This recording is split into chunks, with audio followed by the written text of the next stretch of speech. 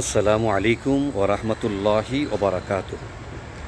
প্রিয় দর্শক, এ ভিডিওর মাধ্যমে আপনাদেরকে এমন একটি গুরুত্বপূর্ণ আমলের কথা বলবো, যে আমলটি আপনি করলে মৃত্যুর সাথে সাথে জান্নাতে প্রবেশ করতে পারবেন। সুবহানাল্লাহ, কী সুন্দর একটা বিষয় দেখছেন।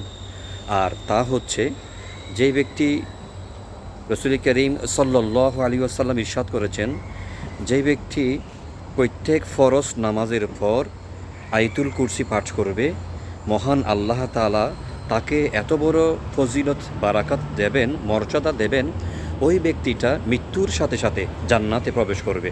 অর্থাৎ হাদিসে মুবারাকার ভাষ্য হচ্ছে, তার এবং জান্নাতের মাঝে মৃত্যু ছাড়া আর কোনো বাধা থাকবে না।